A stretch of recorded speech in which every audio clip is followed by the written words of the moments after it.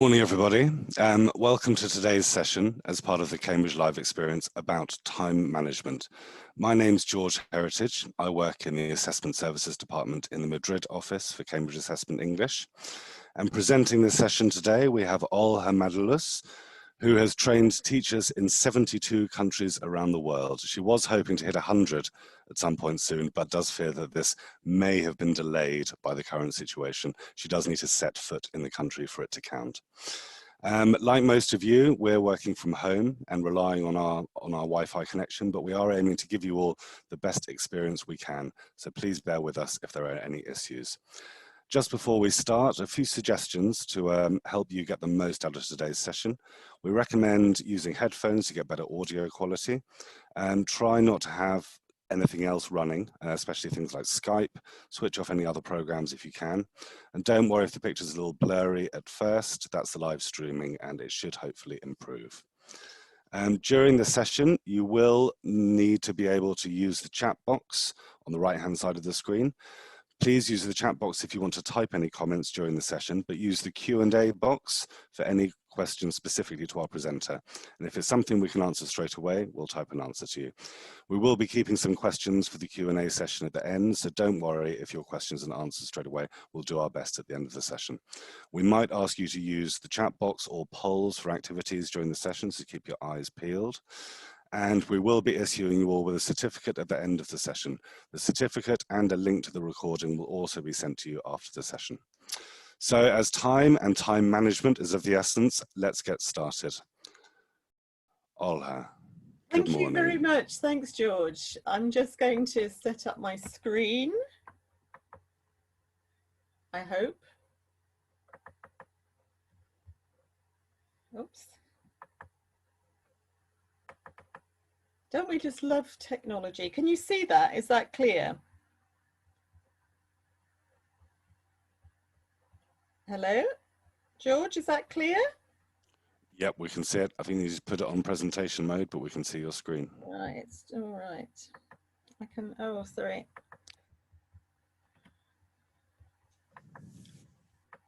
Yay!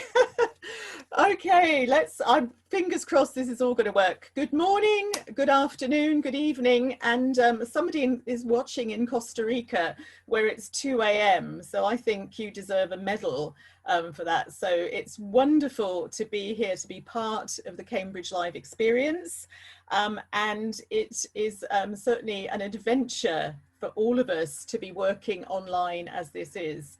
And as George said, I was hoping to get to a few more countries this year, but it's so exciting to see in the chat box all the different countries that you are in and where you're participating. So welcome and thank you for joining me this morning here. I'm in London, by the way. Okay, so let me begin, and I'm going to be talking about time, so it's time to start. And I'm also thinking very much of very practical suggestions for teachers, because as a teacher myself, I want my life to be easier. Let's start with a quiz question. And here's a quiz question for you all. As George said, I've worked in many, many different countries. And what is very, very interesting is that throughout these countries, when I ask teachers, what's your biggest problem? What's your biggest complaint? I wonder if you can guess what it is. And it always starts with, I don't have enough. Can you guess what this is? Yep, that's the answer. I don't have enough time. And this is university. No teacher has ever said anything else to me. Olha, sorry, you're not on presentation mode. You just click on slideshow. Sorry. Yeah. Well, I've started from the beginning. Is that not presentation mode? Let's wait a second. It should pop up, hopefully. Can you see? No, it's not quite there yet. Oh dear, hold on. Could be. You might need to change screen. Do you have two screens running? I don't think so. maybe share screen again and click on the PowerPoint window. Yeah. There are always a couple of technical hiccups, as I'm sure many teachers understand. The joy of working online. That's looking better. Okay, so have a go at slideshow now. Any better? No, maybe click on the protected view at the top. Click the little cross at the right hand side of the yellow bar. Don't have a yellow bar. Okay, and then from beginning again. Let's see how that works. You see that protected view? Be careful. I think at the end of that, if you click on where it says enable editing, click on the right hand side of that. Right. Oh yes. That might solve it. Oh no, it's now. It's now disappeared. Yeah, let's do it again. Oh, we'll get there in the end. Okay, and now try slideshow again. Yes. Yay! Well done. I hope nobody's fallen asleep in the meantime. Okay, let me get a move on then. Thank you, George. Thank you. Okay, so this is the complaint that teachers have all around the world. And one of the reasons we're having this complaint a lot at the moment is because it's very time consuming to do new things. But what I would like to just you to think about is, where does your time go? What are you doing that is so time consuming? Apart from teaching, what I have got really annoyed with over the years, and I've been teaching for 40 years, is when people say to me, oh, you have such an easy job because you only teach like 20 hours a week. 20 hours, whoa, you're on holiday. But actually, our time goes in so many different ways. I'm sure you can put your hands up or you can agree to this. There's a lot of planning that's involved. Finding material, finding other material. I love to do games and activities with my students, so I'm always looking for more material. If you work with younger learners, quite often, as you might see here in the background, making materials, making things for the classroom. Oh, marking. I just remember going home every night from when I worked in a secondary school with a box full of exercise books that needed marking. Keeping records. Record keeping has become a huge issue, particularly in state schools over the years, that we are very answerable to everybody. So we have to keep lots and lots of records. Talking to students outside the classroom, coaching them, mentoring them, being part of their lives. Parents' meetings, I'm sure a lot of you do parents' meetings. And this is last but not least, self-development. And I know that at least 2.8 thousand of you are very into self-development because you're here with me sharing this presentation. So thank you for joining in. But this really shows that we have so much to do, and not just that, but we have to put on a show a lot of the time when we're in the classroom. We have to be up there, we have to be engaged, and we use a lot of energy and focus in what we do on a day-to-day basis, whether or not it's in a live classroom or whether it's online. And sometimes it's even harder online. So what we are huge jugglers. We are juggling lots of different things that we do every day, every week, every month, every school year. But I think also we are, in many ways, helicopters. I don't know if you've ever come across this expression, helicopter parents. Have you come across this?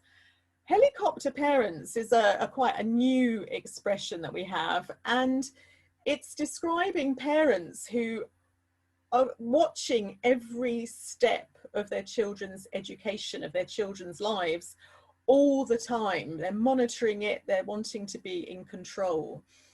And I'm quite concerned that many teachers have become helicopter teachers, that we are very, very concerned, which is fantastic, about what our students are doing, but we are monitoring it to a great extent. Let me give you a little example here. I used to work in Hong Kong. I was there for 7 years, and I worked at the British Council, and I was a senior teacher. So I had a team of teachers who were teaching teenagers particularly. And I remember every Monday morning I would meet the teachers, say, hello, how are you? And there was one teacher in particular, I said, did you have a good weekend?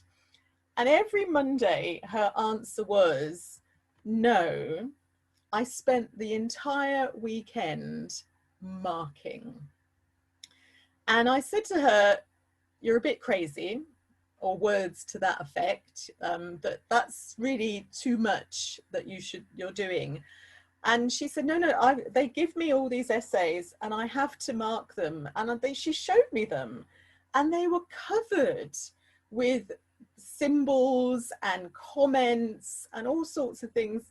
And this woman was tired. You could see that she hadn't had enough rest. And my worry was, and I don't know if you've had this experience, that she would give them back to her students and they would have a quick look at the final grade, see, oh, B+, 12 out of 20, and put them into their bag, and that was that. And that she was putting all this effort into something that she believed was very important, but actually I felt that she was just working too hard, and she wouldn't believe me. She just said, no, I have to do this. This is part of my job.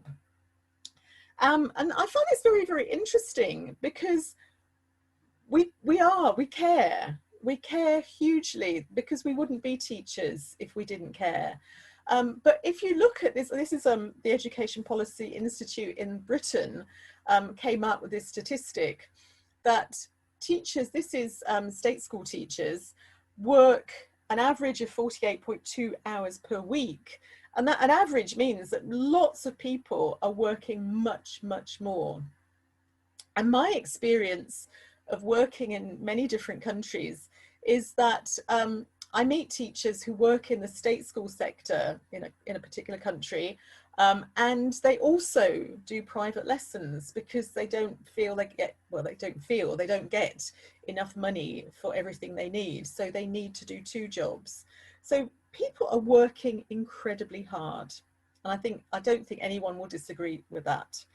But what I've found very interesting is in the last 6 months that we have had to stop doing what we normally do, and we have had to reassess our entire life.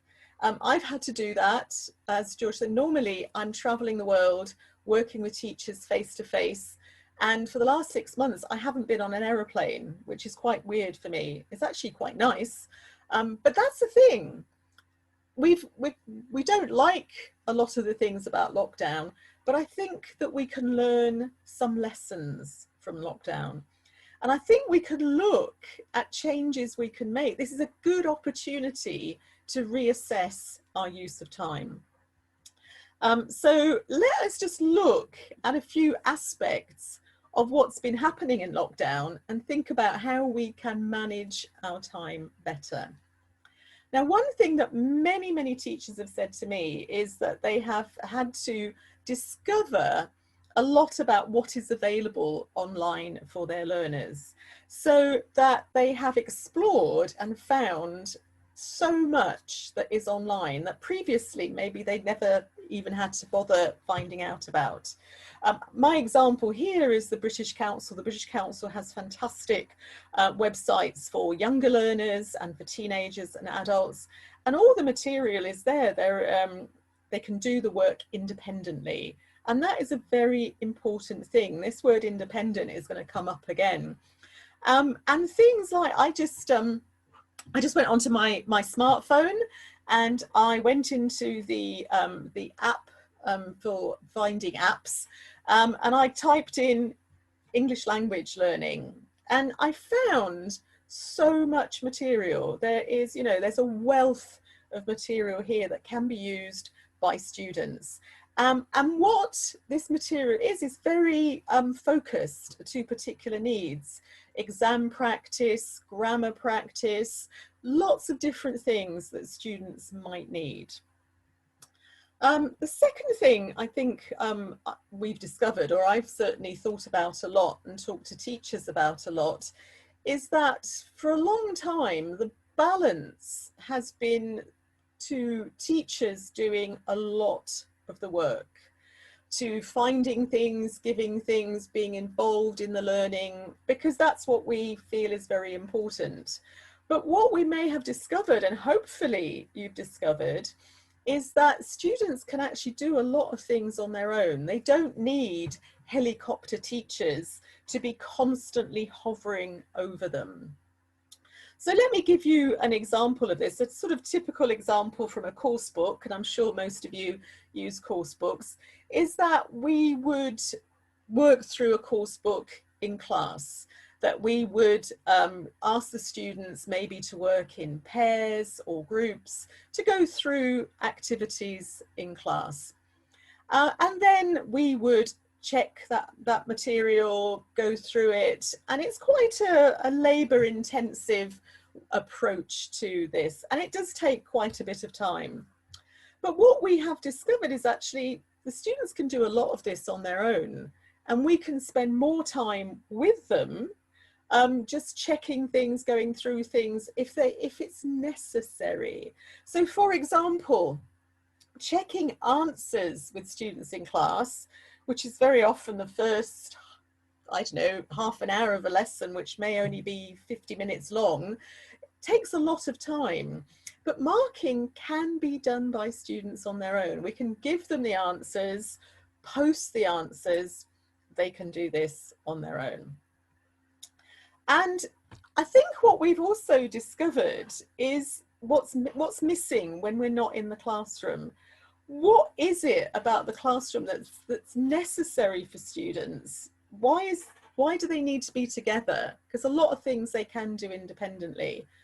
And I think, you know, where people are really upset and sad because things have had to disappear, is things like speaking activities, group work, games. These are things that have been lost when we've been teaching online.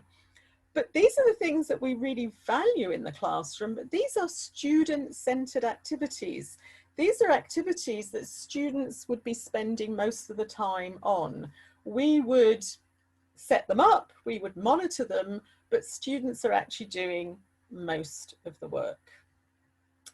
Another thing that we've discovered, and I hope that you have thought about this and that you have been sort of mindful of your own well-being in this, is that we can't control everything.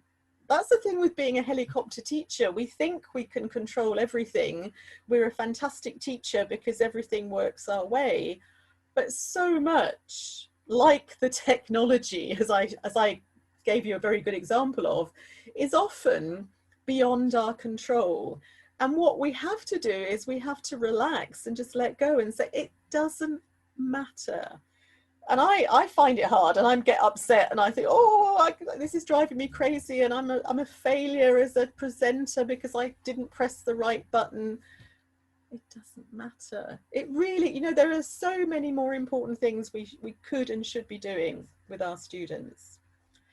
And the most important thing I think that came out of this for me in terms of reflecting on the situation is that we needed to step back during lockdown. A lot of the time we needed to just give students material to work on and just let them do it. But this meant we have to trust our students. And trust is an interesting thing, because many teachers say, oh, if I'm not there, you know, making sure they're working, they won't work. Well, let me share something with you. Many years ago, I also did management training, and I came across a very interesting bit of research done by I love this man's name. It's such a lovely Scottish name, Donald McGregor. And Donald McGregor in the 1960s I know that's a long time ago, but I think the theory still holds very well, was looking at management and how people manage and what effect that has. And as teachers, we are managers. So what he discovered was there were two types of manager. Now, the ex-manager was the manager who believes that the workforce is lazy, that they're not trustworthy, and that give them any opportunity, they will not do the work or they won't do it very well. And the Y manager, with their arms wide open, is a trusting manager, believing that the workforce will do the work, will come up with ideas, will not be lazy. And what his research showed is that this was a self-fulfilling prophecy in many ways, that the behavior of the ex-manager created the environment for people to be lazy and not respond. And the behavior and attitude of the Y manager created an environment where people wanted to have responsibility and wanted to have some freedom. And I see a very direct parallel to teachers, that we may not trust students. Oh, they're going to be lazy, they're going to be naughty, and then we become these helicopter teachers. But actually, we need to let go and give them more independence and autonomy. And I'm just going to give you one example of this. Very often with students, I would say you get to the activity book and there are 4 or 5 exercises you haven't covered. And so for homework, I don't choose which ones they should do. I say, will you choose 1 or 2 to do? You decide. And they'll say, but we don't know. I say, no, you decide which one you want to do, you think is important to do, you'd like to do. And something very, very interesting happens. Very often, what do you think? They do nothing?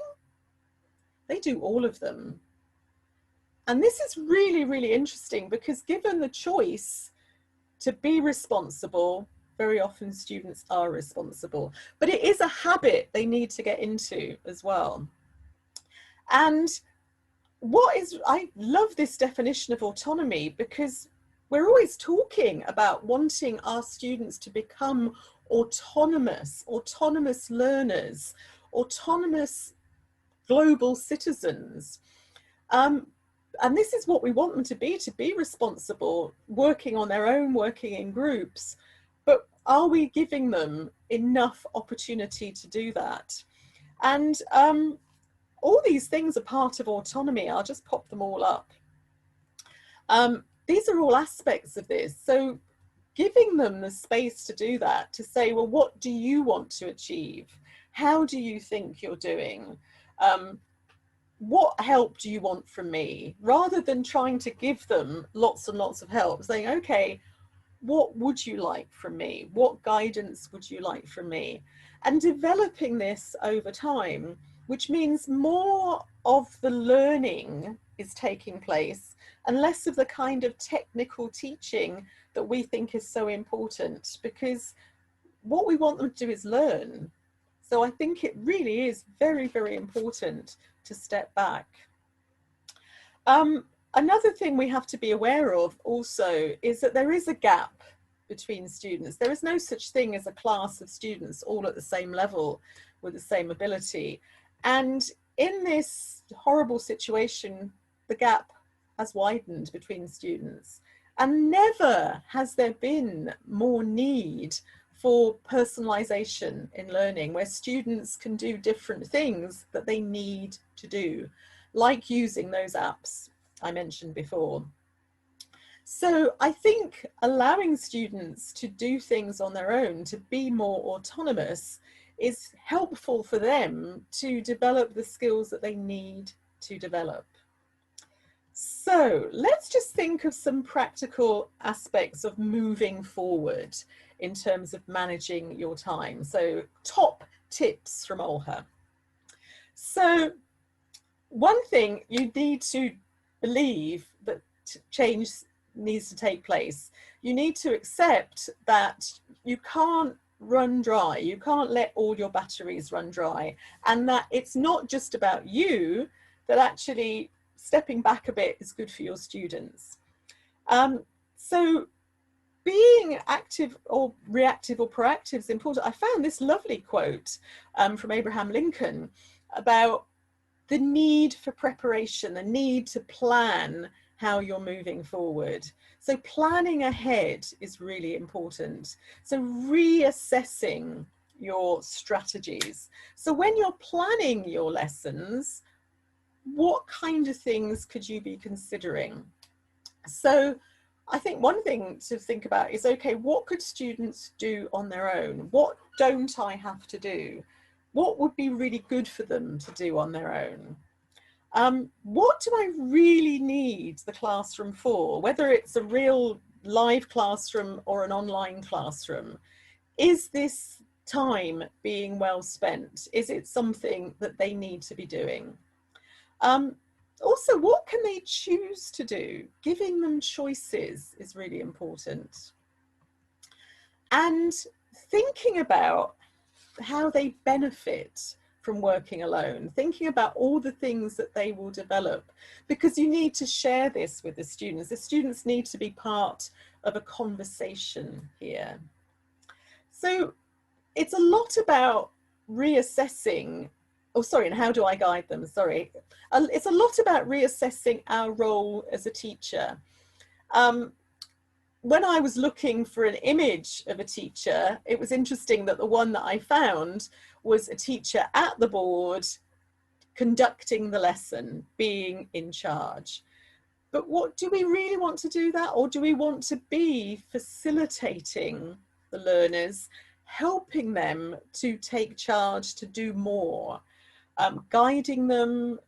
Observing is really important as well, because how do we guide them if we don't observe them?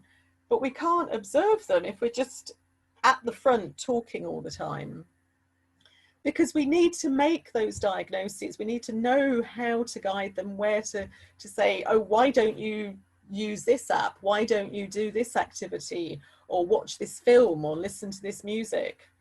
And we need to be a good model as well. We need to think for ourselves. We need to look like we're healthy and sane, for goodness sake, and that we're not obsessive, and that we trust them. So a model of trust as well.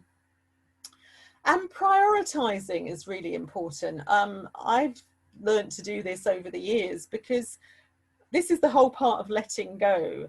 Some things just don't need to be done. People get obsessed about marking and having marks in their book. But is that the priority? Einstein said, not everything that counts can be counted, and not everything that is counted counts. So is it important to have lots of numbers, or are other things important? So we need to be realistic. Just a little word about organisation, because in terms of time management, I think it's really important. I think we need to think about how our space around us helps us to manage time. If it takes 20 minutes to find a book or a worksheet or something, this is not a good use of time. And particularly in our own space and in the classroom, I think it really helps to be organised. It helps me very much to feel calm and in control, to be organised. And finally, I think self-care, I've mentioned this already. Self-care is very, very important, that we need to look after ourselves, because that is a really good model for our learners, that they see that this is all very important, that we're getting enough sleep, we're looking healthy and happy, and we're enjoying what we do. And I think, you know, everybody here, please take care of yourselves, give yourselves that time to recover, because we can't think if we're tired. How can we learn if we're tired and stressed? And I'm going to give you a lovely quote that I found, because I just love this quote about time. The bad news is time flies. The good news is you're the pilot. Isn't that just wonderful? I really love that quote. And that's what we need, to take control of that, the time that we have. And that's a very important bit of news there. So I am going to switch on the question thing. We've got, oh, that's good timing. We've got plenty of time for questions. Oh, well, Roberto has asked about taking too much time with remote classes. And I think that's, hopefully I was able to answer that question to some extent, that you know, giving students more to do on their own is really important. I don't think we should be delivering very long online lessons. I don't know about you, but me talking to you for 25 minutes, that's quite a lot. I mean, I'm quite exhausting, but I would imagine that, you know, for students who are doing not just lessons with you, but doing lots of online lessons, quality, not quantity. One of the things that I think you need to consider if you're going to be doing online lessons still in the future is maybe giving less class time, but more one-to-one tutoring with students to see what they're doing, how they're coping, because that is a very good use of time. Somebody's saying they can never cover everything they need to cover. Well, this I think is quality over quantity. We suffer from the fact that course books and materials are so rich. I know when I started teaching, as I say, about 40 years ago, you know, we had a course book. But now we have a course book, a student's book, an activity book, DVDs, online resources. We can't do it all. Nobody is expecting you to do it all. We need to be selective. And that is, you know, a matter of choosing what needs to be done and avoiding this sense of, you know, I'm only a good teacher if I cover everything. No, you're a good teacher if you don't cover everything. You allow time. I'm just reading these questions. How much? We have a good one here, Olga. Any advice on catering for different learning curves, different students at different stages in the same class? That old chestnut.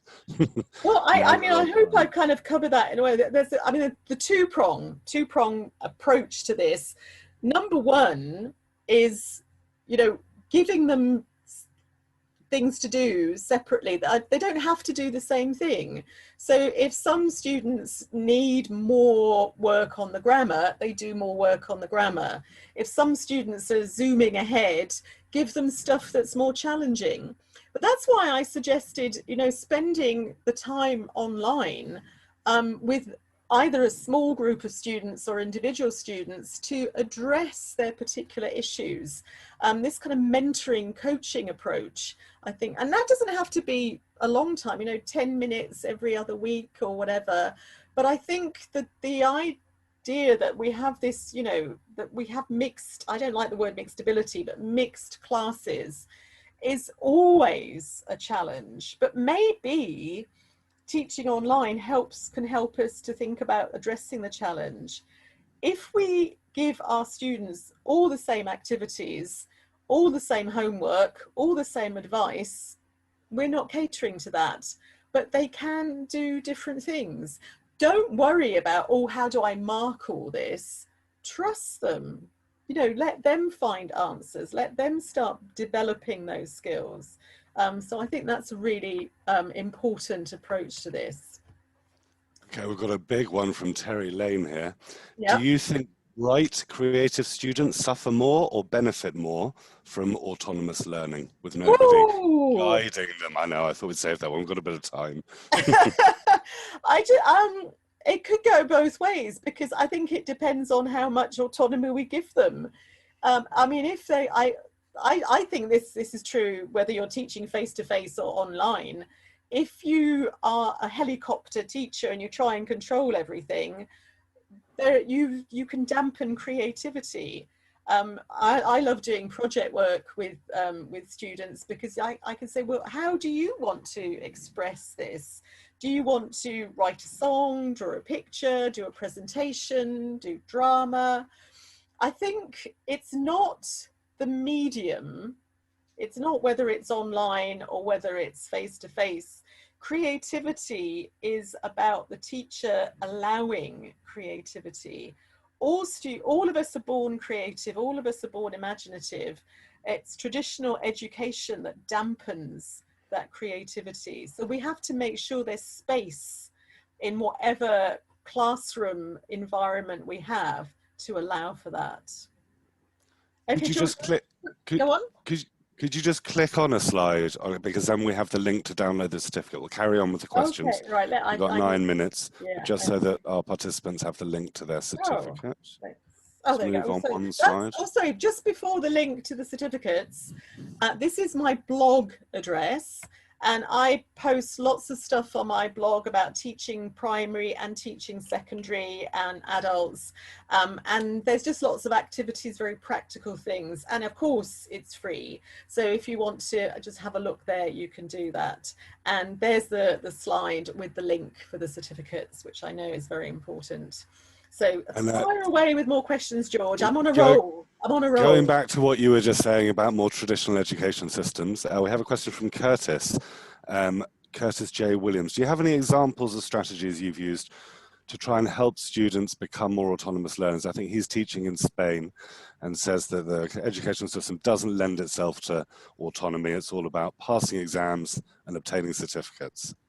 Yeah, I think that it becomes a very vicious cycle, because then students don't want to be creative because they're so focused on exams.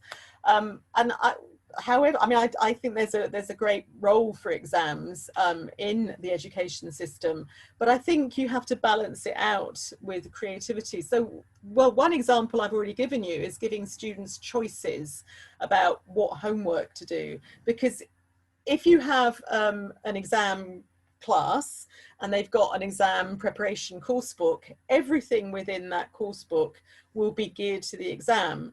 But just allowing them to choose the kind of activity they do is very important. But also, you know, just bringing in, you could just bring in something like I love using songs with exam classes, because it's really good for listening and speaking and creativity and vocabulary and grammar. So bringing in pop songs and getting them to do gap fills, getting them to listen to pop songs as part of that, but also having that focus on why is that useful for the exam, because you've got to satisfy that need, because students won't want to do it if they think it's just fun. So I think it's having that approach of kind of bringing in other stuff into exam classes that is useful. I mean, drama, giving presentations, this is all very useful for speaking, for listening, and grammar, vocabulary, all of it. But the students need to see that it fulfills both those aims, because otherwise you will just get them being resistant and saying, well, I need to pass the exam, I don't have time to play. So they need to see that school is still a place where they can be creative for a good purpose. And it's just so damn motivating to do activities like that. Excuse my language. Oh, thank you. We have a good one from Tatiana. Can flipped classroom methods and activities help us manage remote teaching and online lessons? What do you think of the flipped classroom? Well, that's pretty much what I haven't mentioned it directly, but the flipped classroom is great, because if you don't know, a flipped classroom is where your homework is preparation for your lesson, not something you do after the input. So the flipped classroom is perfect for online learning, because the time you have online is very limited. So for example, I showed you that page of a course book. You don't do that online. You don't run through all those activities online.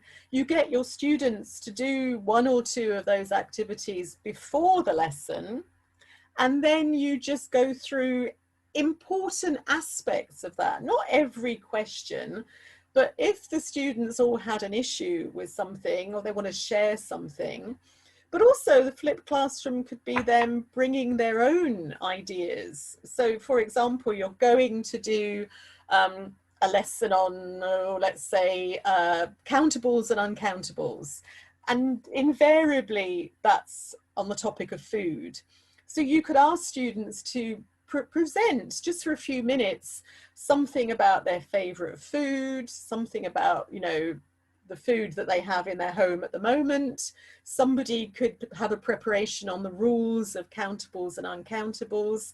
And again, you see from what I've said, this is autonomous. This is students doing the work, not you preparing to present it. You're asking your students to present it. So Titania, flipped classrooms rock. They are just a really good way to go to get more autonomy, to deal with the challenges of online work, and also to make our lives easier. So good job. Thank you, Titania. Now we have a lovely comment from Vesna Stefanov saying, my view is we should prepare activities that are student-centered and flexible. Bare bones type activities allow the students to dynamically add and create them, which helps keep the preparation time down.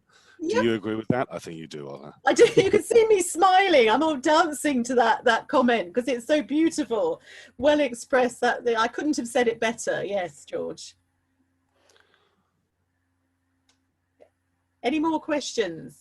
We have a few about ideal time limit for online classes. Do you have any views on that? Oh, well, it's a tricky one. I think it's a tricky one, but I would say from your own experience, you know, you've listened to me for, you know, half an hour. Me just talking at you for half an hour is pretty quite dire, you know, it's too much.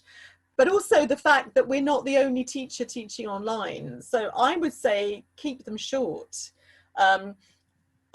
You know, it depends. You might be teaching primary, you might be teaching at university level, lots of things depend, but I would just definitely keep it short. I think, you know, around 30 minutes for actually bringing the whole class together would suit me, would be enough for me, because I want the students to be working on their own. And also, I think it is a very artificial environment for a lesson. But, you know, if they work well and the students are happy, and you're doing lots of fun things and you're able to use breakout rooms, it depends on the platform as well. I mean, some platforms, there's no video. Some platforms you can have breakout rooms. You know, how long is a piece of string? It depends. Everything is, you know, very, as that person said earlier, we need to be flexible. Okay, and time for one more, I think, Olha. This will probably pop up quite a lot over the next 3 days. Do you have any advice on managing classrooms with students being socially distanced? So back offline, do you have any advice? Well, there's lots of stuff. We've been working at Cambridge University Press and with assessment on producing a lot of advice on this. So if you go to the websites, you'll find lots of advice on this.